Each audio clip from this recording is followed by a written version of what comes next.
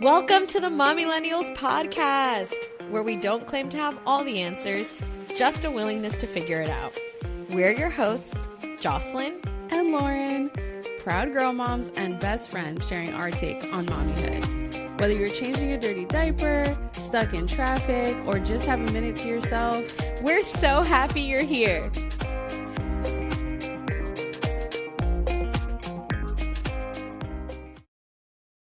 Hey, Mommylennials. Mommylennials. I'm really excited for this episode. Me too. It's past 10 p.m. It's not good for you guys because everyone that knows me knows that if you interact with me after 10 p.m., you get a different Lauren. It's a different Lauren. It's a different Lauren. Delirious, off cuff. Sometimes giggly. Giggly, off cuff. Oh, yeah. I don't know what that means, but I'm going with it. Giggly. Example A. Exhibit A. Clearly. You're in the same boat. Clearly. This is going to be a fun episode. Yeah, it is. Even though it's a deep topic. It is. So normally I would say, can you guys see the clues around us for what we're going to talk about? But this is what it always looks like. Pink light, pink microphone, pink mascot. Well, you're wearing pink. Pink. We should make pink Mommylennial sweaters. We should. The problem is that they don't have the right shade. I know. But let's not digress. How to keep your pink. There we go. Is the topic. There we go. Which people talk about a lot. I think we should pull up what it means. Losing your pink or keeping your pink. Yeah, because we have different, as Lauren pulls this up, we have differing thoughts. And I don't think I mean like me versus Lauren, well, we in general on like losing your pink. Well, JK, I thought we had differing thoughts. And then we had a conversation before this episode, and now I think differently. So what does it mean? Did she say anything just now? No. It's past 10 p.m. Yeah. Inspired by flamingos that temporarily lose their vibrant color while raising young, symbolizing a new mother's loss of self and identity. So, Go ahead. She slowly regains as she reclaims her independence and finds her way back to herself after childbirth. It's about feeling like your pre-baby self again, not necessarily looking the same, but regaining a sense of control, purpose, and joy in life beyond just motherhood. Beautiful.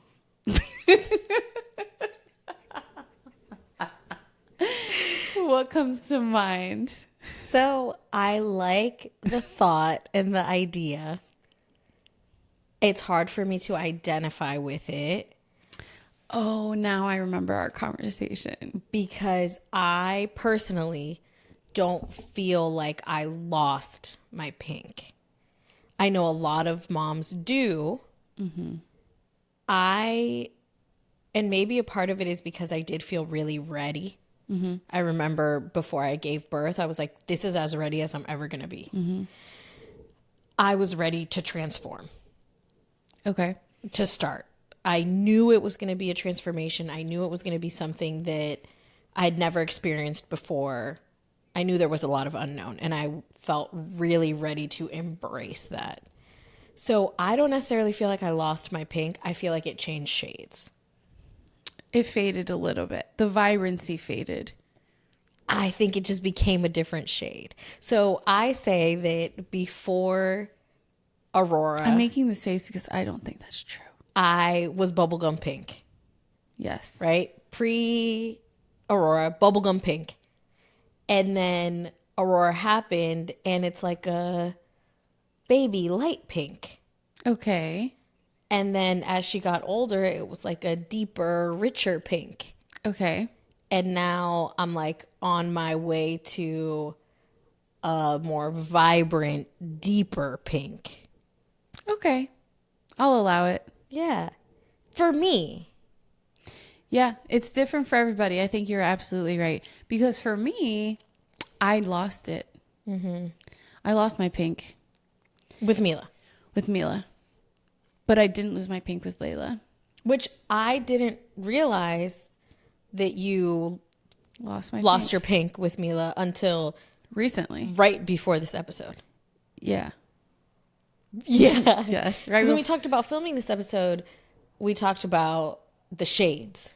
Yeah. And you identified with the shades. Well, and with Layla. Yes. Yes. Absolutely. I agree. And if you think back to our Valentine's Day episode, I talk a little bit about how I felt really lonely during that time with Mila because I was one of the only people in my friend group that was going through that. And so I was definitely really lost for some of it. And I say lost because I didn't know what I was doing. I mean, I was figuring things out as I went along. And as a result, I was like what I just read with the flamingos. I was giving everything into Mila, raising Mila. Like all of me was going into that. Everything. And everything else came secondary to that. So it was just a really blurry several years. And best years, right? The best years of my life. Very blurry. A lot of it was very blurry. Postpartum was tough for me. I think having the C-section took a lot of pink out of me. A lot. Oof. A lot. Yeah. And I'm glad I can even talk about it now without crying because, Yeah. and I think that has a lot to do with me having the birth that I wanted with Layla. But I had regained my pink before getting pregnant because I think that that's really important to do before you do it all over again, potentially. Yeah. If you can. At least, yeah, if you can. That's the goal that I had. I think I get it in the sense of when I was pregnant, and we said this in the Valentine's Day episode too, that a lot of my friends had already had babies and I had seen them go through this pink process, if you will. Did you see people lose their pink? Did you know what that was? Yeah, I knew what it was. I don't ever think I felt that way. I think a part of it though is because I like to think that with my friends, I'm there to remind them of who they are and were. And so if I get the vibe that you feel like you're losing yourself, I'm like, this is who you are. Remember? Yeah. You're great. You're awesome. I do remember a few moments where you gave me a pep talk, but I don't think I shared as much with you. Yeah, probably not. As I was actually going through. And not just you. I don't think I shared a lot in general. I bottled up a lot of emotions because I thought it was part of becoming a mom. Yeah. Which sucks, you know? I think a lot goes into that process of losing your pink, though. I think one of the things that comes to mind the most right now is how my brain really changed. The way I process things, the way that I was able to articulate things, mom brain, pregnancy brain, all of those things really messed with me. And I know we all joke about it and take it very lightly. And even tonight we've joked about how our memory sucks. But that actually chipped away at my confidence. And that was a big thing for me where I felt like I wasn't myself. I couldn't really comprehend some of the thoughts that were going through my head. It was weird. So it's funny you say that because I think the reason mom brain hasn't chipped away at my confidence, I feel bad about it a lot of times.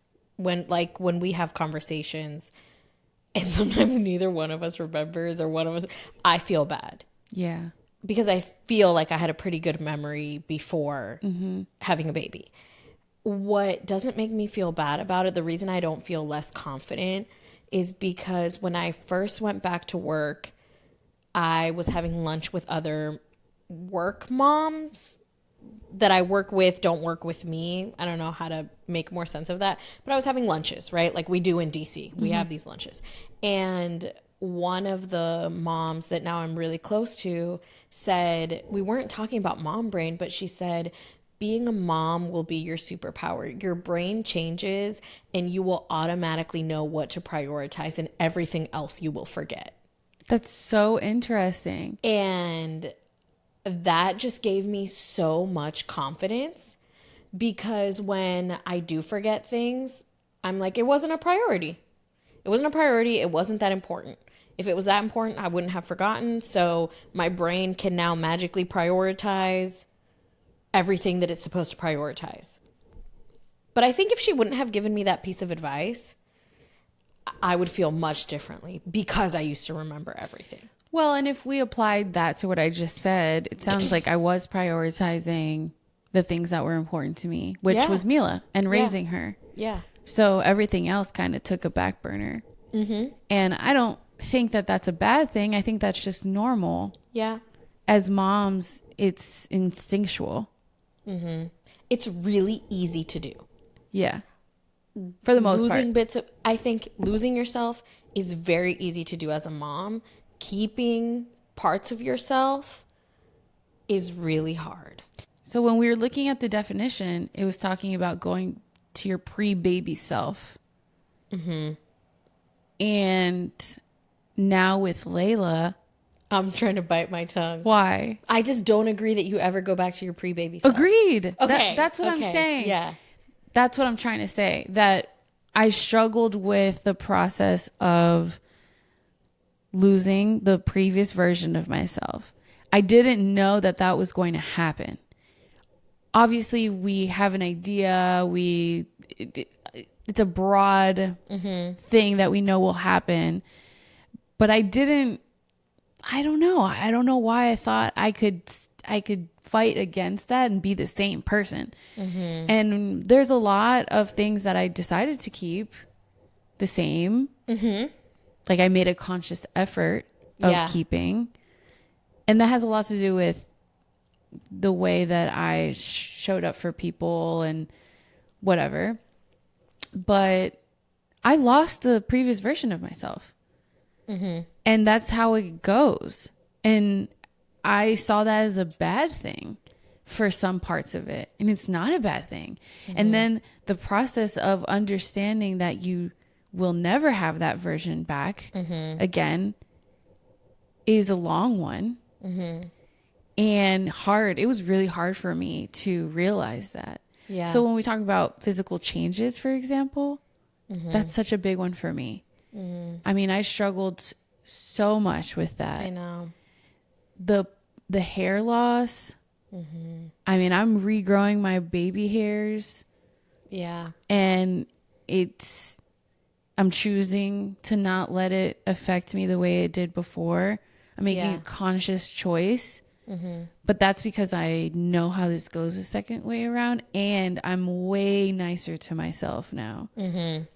Like I was really kind of mean. I remember. To myself. And I don't know. I mean, I'm sure if we were to psychoanalyze all that, we could come up with some reasons. But I think a lot of moms are really mean to themselves. Yeah. I mean, for multiple reasons.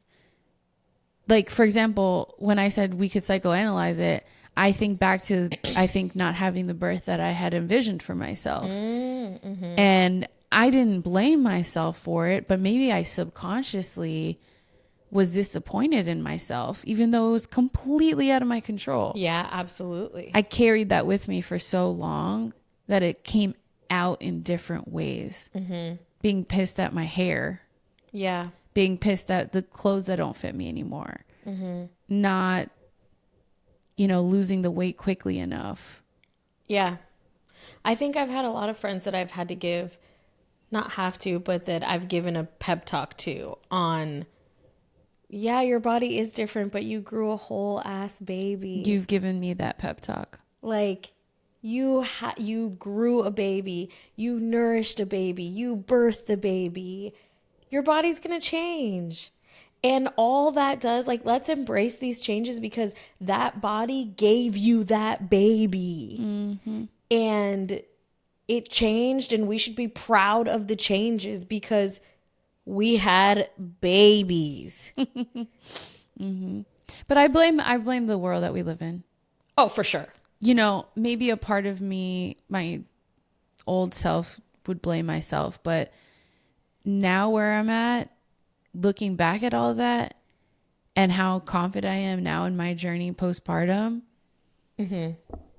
it's the society like that I blame. Oh, for sure. I mean, mean, you have been different Yeah. this time around. I mean, I think about how I felt like I needed to look a certain way before going back to work the first time around. I was like, what if they don't respect me the same way?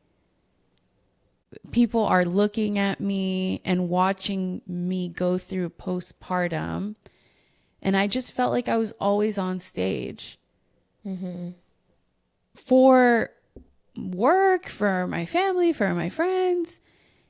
I mean, it's clear to me now, but in the thick of it, it was really hard to process all that and understand what was happening. Yeah, as you're talking about that, it really makes me think because I've always cared a lot about the way I look and present myself, especially at work. And going back to work, it was really tough.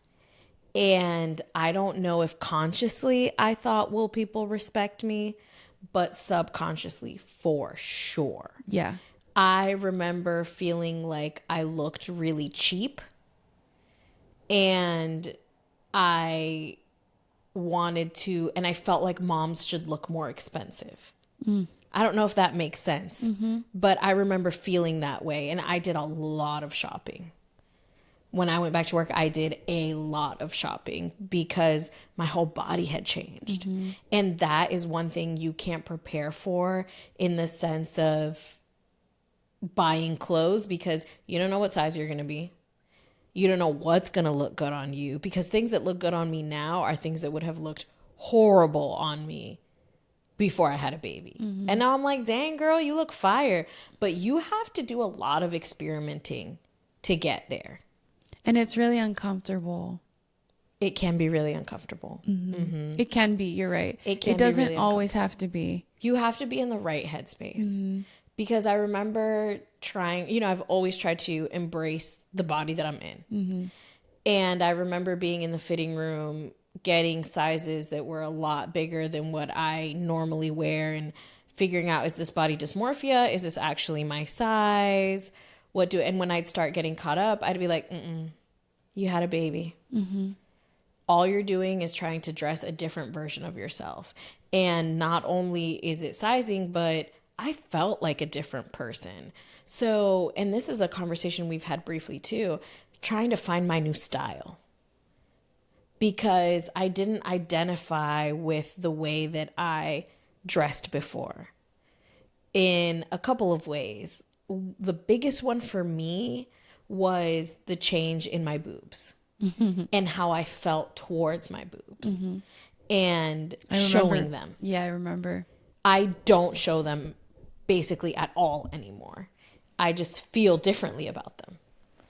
And that was a big one for me to navigate because, again, I knew what looked good on me. And most of the time that was showing a little bit of cleavage. And in an appropriate way for work, in an inappropriate way to hit the town. But now I don't feel comfortable.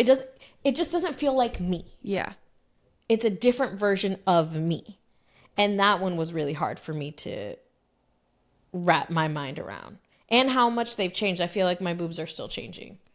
Yeah. I do. And when you have another one, yeah. they're going to change again. Yeah. I struggled with my boobs too. They were different. But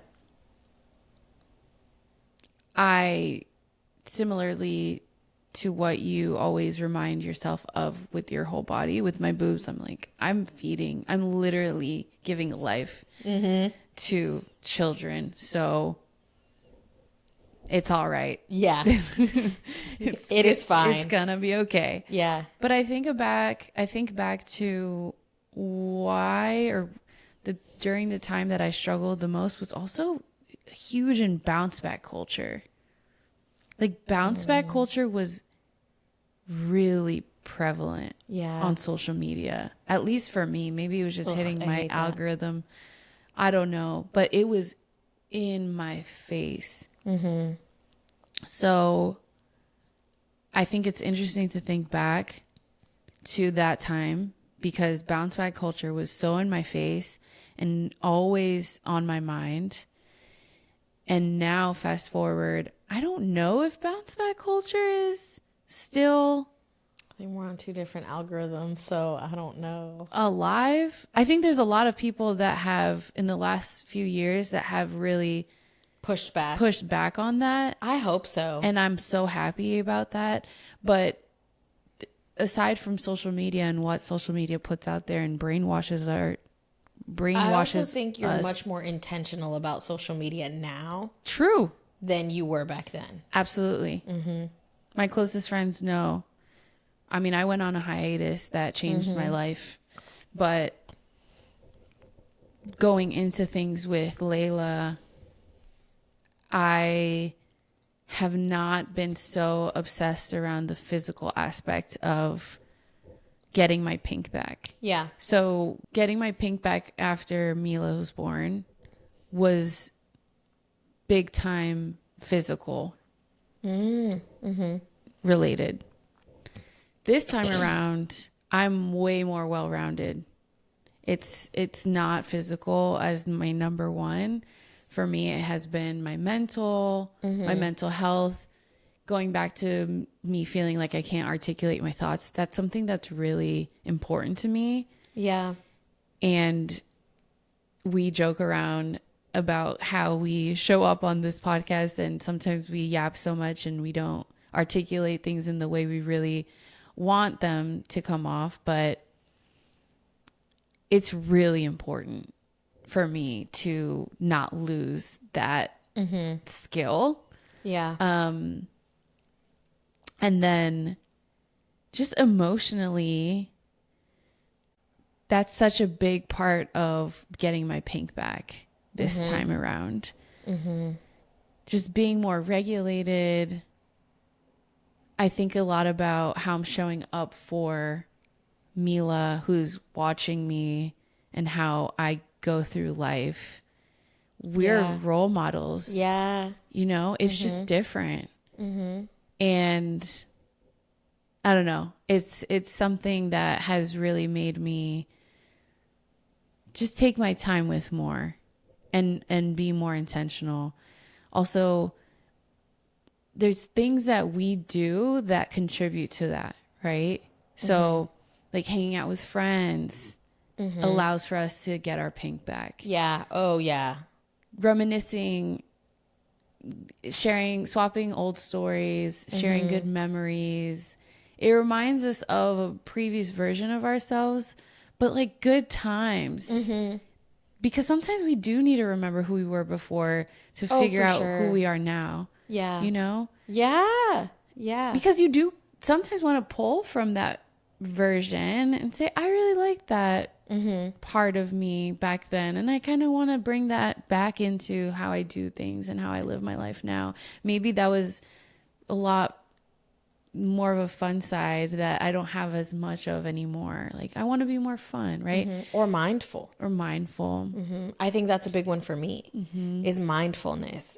Before Aurora, I tried to be mindful, to keep my anxiety down, to process my feelings, my emotions, to make sense of the world around me. Journaling, quiet time, meditation, reading, all of those things. They're not things that I necessarily thought about in terms of keeping my pink, but now that I'm 18 months in, they're things that I want to bring back. Just having time to center myself, to bring my cortisol levels down. And a part of that is because that's the mom I want her to have. I don't want her to have this super anxious mom.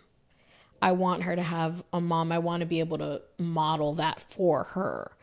That a lot of times we will be in our heads or whatever it is, but we can take steps to process, to self-regulate, to bring ourselves down, and to try to be the best version of ourselves at any given time.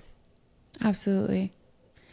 I love that you have always talked about being a role model to Aurora, even though she's so young, because I struggled with that concept during Mila's first couple of years. I didn't really internalize the necessity to do that because I was like, she's too young. She doesn't know what I'm doing. You know what I mean? Yeah. But that will catch up to you. It's a habit. It is a habit. Yeah. And there's going to come a day, I saw it, where she understands things. And you're going to be that much happier when you realize that the work that you've been putting since then has now paid off. Well, I think a part of it, like as we talk about pink, that thought process, I think, is a part of my pink. Because even with Mom Millennials, we run into this all the time, right? Where like, I want to go hard and fast and do things a certain way. And you're like, we're not there yet. And I'm like, yeah, but when we are there, at least we're already doing it now. And that's how I approach. My grandmother used to say, no dejen para mañana lo que se puede hacer hoy. And that's just how I approach life. The more prep, the more habit, the more whatever I can do now is going to help me in the long run. And I do try to approach things that way with Aurora, because I think kids start understanding things before we even know it. Even now. Yeah. She understands so much. She says things. She does things that I do. And I'm like, oh, yeah. Yeah. And so and they will call you out. I try really hard not to say negative things about myself in front of her. If I don't like the way I look, or if I'm feeling self-conscious or whatever it may be, if I do say something, I try to correct it. I'm big on, if I don't like the way I look, this is the body that I'm in. And that's okay. Mom Millennials has made me have to face that a lot, because obviously we're on camera, whether that is content or our podcast episodes, whatever it is, I'm looking at myself all the time. And I love looking at myself. I always have. But you and I look very different. And I feel confident in the way that I look. I like the way that I look. But sometimes I'll be like, what do other people think? As people look at this, do they think X, Y, and Z about me? And the thing is, a lot of moms look like me. And a lot of moms that look like me, I think for those reasons, sometimes are afraid to show up on the internet, or you feel that, and one of the reasons we started Mom Millennials, right, was not seeing moms like us doing things like this, because I think a lot of times we feel like we have to look a certain way, and we don't. Yep. This is how I look. This body got me to where I am. I am very grateful for this body. I am very happy with this body. I do what I can to take care of it and to honor it in the way that I see fit. And that looks different for you than it does for me. And that's okay. Yep.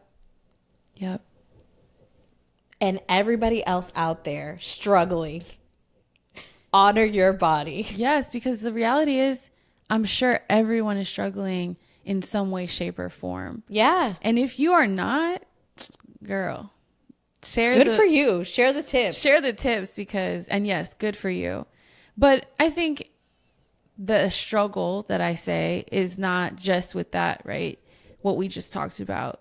The struggle can look so different. Oh, yeah.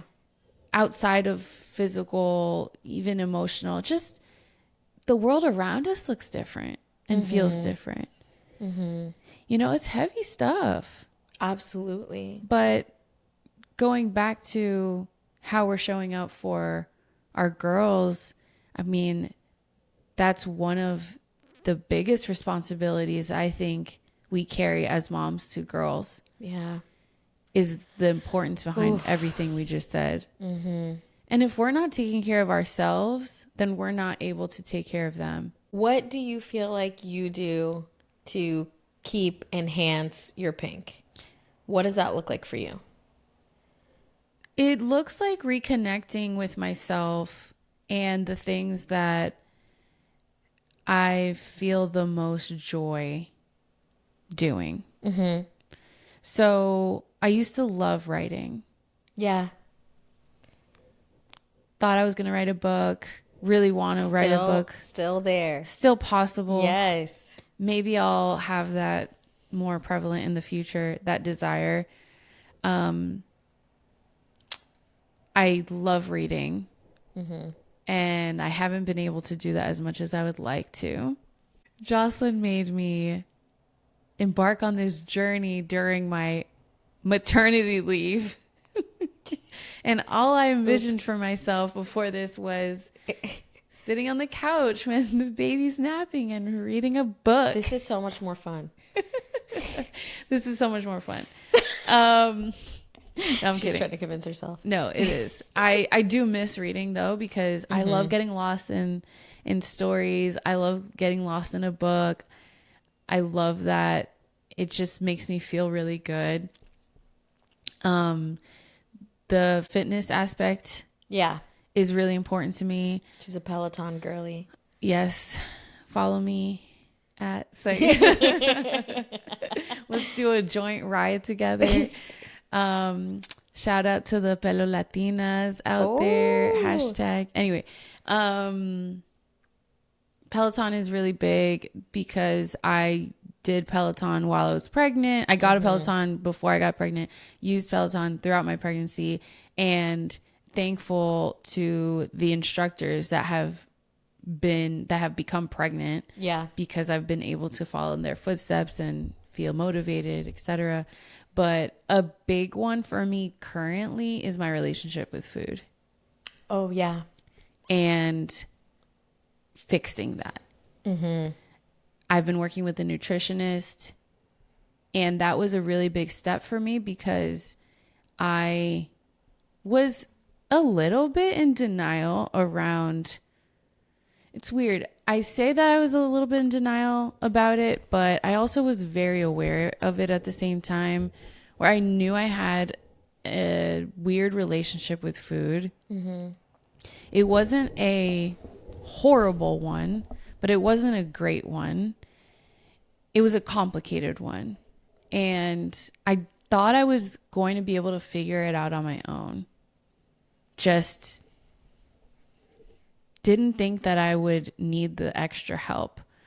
And I finally decided to pull the trigger, thanks to Yassine actually, because he really started prioritizing what he was eating. It's been a long time now. He changed his whole lifestyle, and I have to help prepare some of those foods. I live around that, and I felt inspired to kind of go through the same journey. So started working with a nutritionist, and she's become my low-key therapist at the same time, because all of that is connected. It is.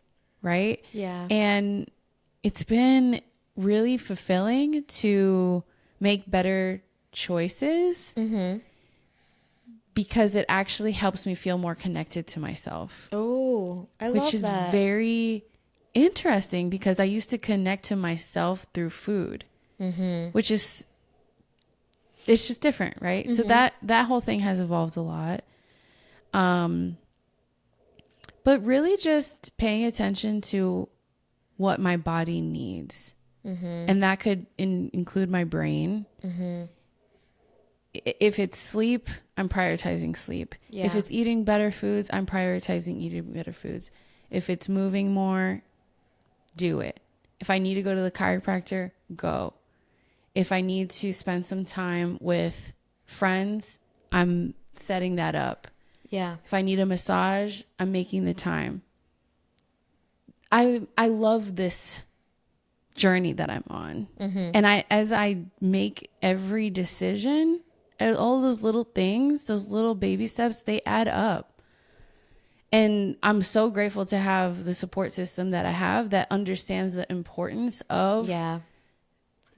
like supporting me through that process. That's so important. It's so important. I will say, I think it is impossible to keep your pink. Like, me saying that I didn't lose my pink comes from a position of privilege.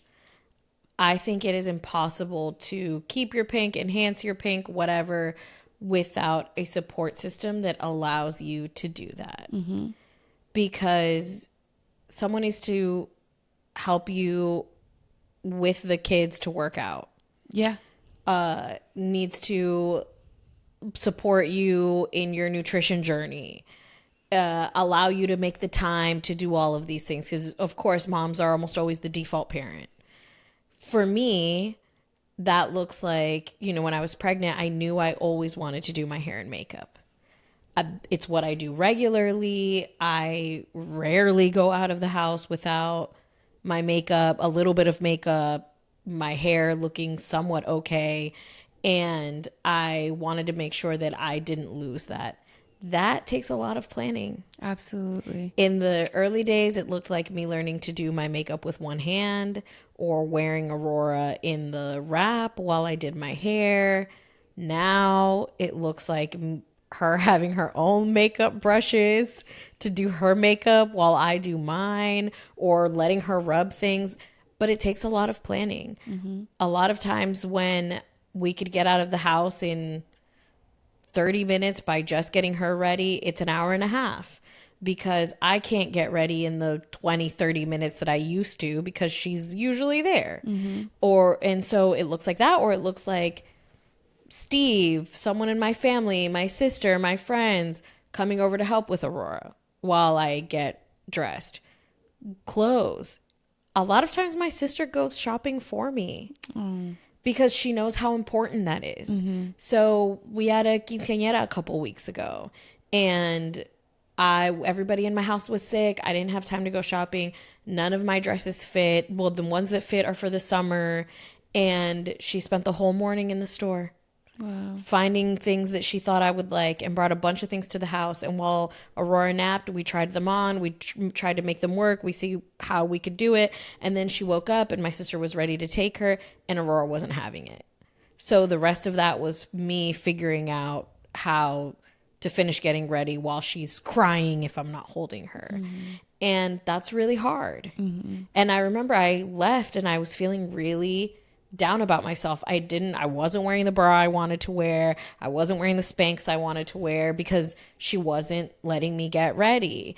And it was so hard for me to show up. I'm not used to going out and not looking the way I want to look. Mm-hmm. And it was one of those times where motherhood wouldn't let me. And that was tough for me. And I had to take a minute. My sister made me take a minute, because on our way there, I opened up to her about how I didn't like the way I looked. And she was like, I think you look great. And you're a mom. Mm-hmm. It's okay. And you look really good. And she's right. Mm-hmm. Maybe I didn't look exactly the way I wanted to look, or the way that I'm used to looking, but I did look really good. And I don't think I show up somewhere and people are like, not that I care what people think, but I don't think I show up somewhere and people are like, damn, motherhood really took her. Mm-hmm. And I think Latinos a lot of times will say that. Absolutely. Straight to your face. Mm-hmm. And I've been really proud of not just myself, but my support system for helping me keep that part of myself. Acupuncture is another big one for me.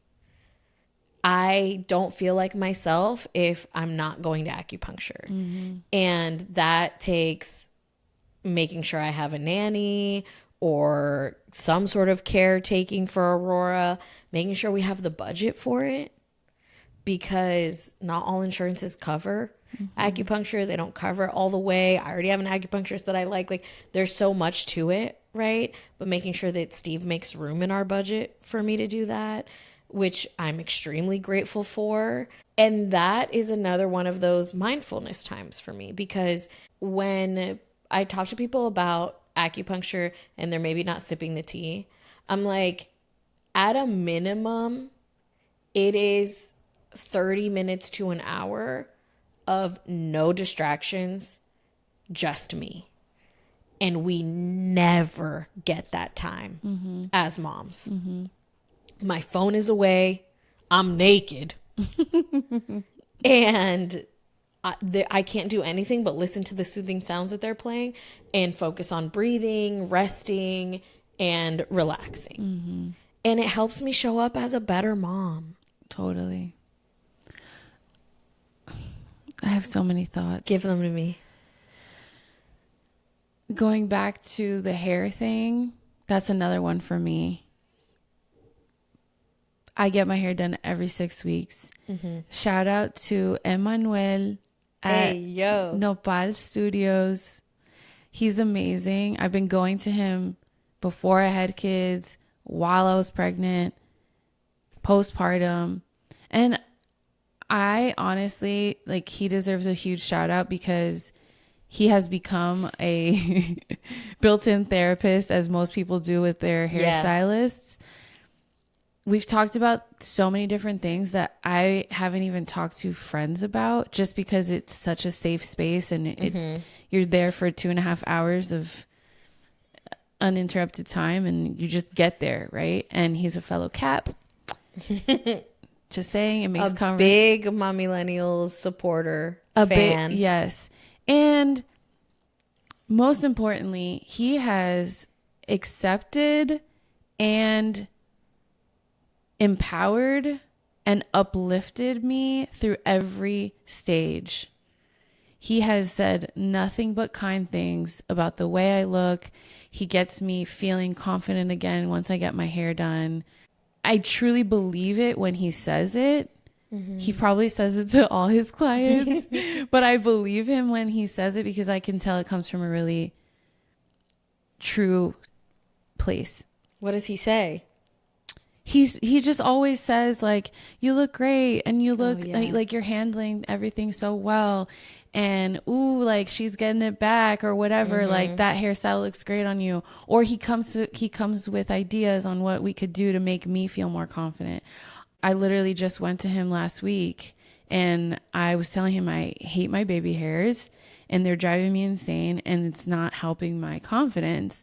And so he reshaped my bangs and he styled it, and he also validated my struggle because he was like, ooh, these baby hairs have a mind of their own. And I feel you on this. And that just made me feel so validated. I'm like, thank you. So I think what's interesting to me is that another thought that I had while you're talking is people love when women are pregnant. Yeah. But they do not care that much when the baby's not inside of them anymore. Oh, yeah.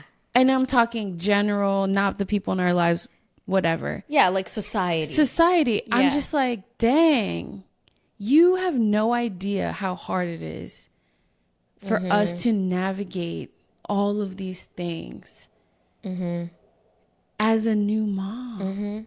Yeah. Be nicer. Be kinder. It is so hard. It is. And you don't know it until you go through it yourself. I'm sorry. You just don't get it. Yeah. So it really bothers me sometimes when we think a lot about, and like you said, we don't really care about what people think, but subconsciously it's there. It's like a nuisance and annoying. And I think for anxious people, like we're anxious people, sometimes I think to myself, who cares what they think? And then I'm like, my anxious brain is like, but what if they're right? Yeah, that's a hard one. What if I'm the problem? What if I should care what they think? And that's a whole different spiral that you go down. And I'm like, actually, no, you have to like snap yourself out of it and be like, no, I am confident in the choices that I'm making. They're not all the right choices. Nobody makes all the right choices, but this is where I'm at. In whatever place, right? Like parenting, how I look, how I show up, like this is where I'm at. I'm doing the best job that I can given the resources that I have. Absolutely. Absolutely. Another thought I had was how much I've connected with my natural self. Yeah, we've been talking about that a lot. Mm-hmm. Like, I used to get my nails done all the time. I still think I feel good going to the nail salon. I'll get a pedicure.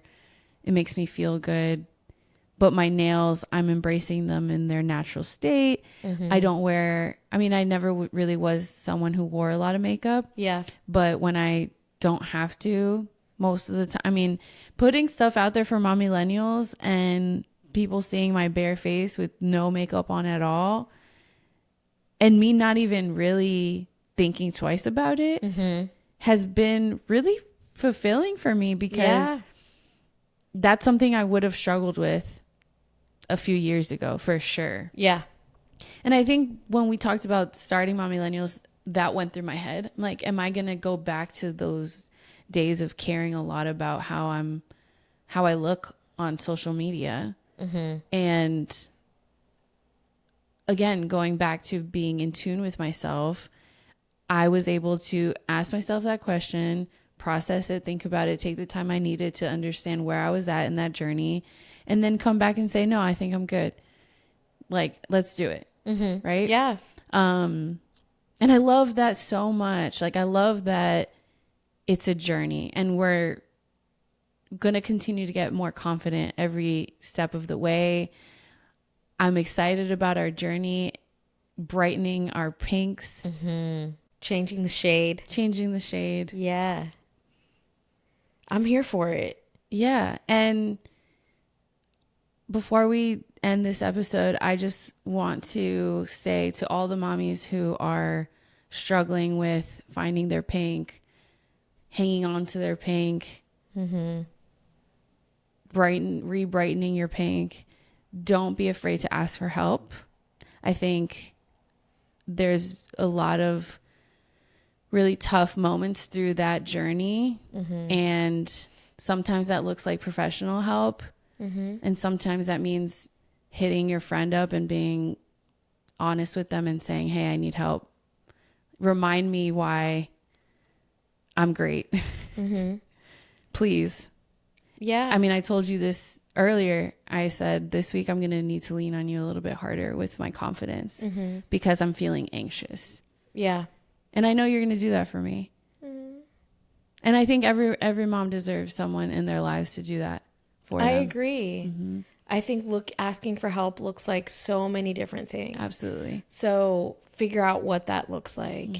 And I would also add, make the most of it. Of whatever situation you're in, be intentional about finding your pink, keeping your pink, because it's going to make you a better mom. And it's going to make you show up for your kids in a better way, set a better example. We talked a lot about hair. Hair is a big one for so many moms. Hair loss, regrowth, all of it. Hairstylists play such a huge role. I had a long time hairstylist who moved, who always made me feel really good and like myself. And she moved like while I was pretty early postpartum, and I decided to go to a new hairstylist right before Aurora turned 1. And shout out to Khadijah at Color Bar Studio, also owned by Mom Millennials in Tyson's. But I opened up to her and was like, I feel different. This is how I like to look. I feel different. I was a hardcore side part girly. And she encouraged me to become a middle part girly. And that enhanced my confidence so much. But I say all of that to say, I got my hair done today by her. And it was a rough day. Aurora was super clingy. And it was a day that I really wanted to be intentional about my pink. And to me, before today, that looked like having a little bit of space from her. And I think a lot of us that have a little bit of privilege, that's what getting our pink back looks like, is space from our kids, reconnecting with yourself. And for a lot of people, that's not possible. And for me today, that wasn't possible. So for me, what that looked like today was holding her while I got shampooed, having people distract her. The woman at the front desk took her for a little while because she was glued to me.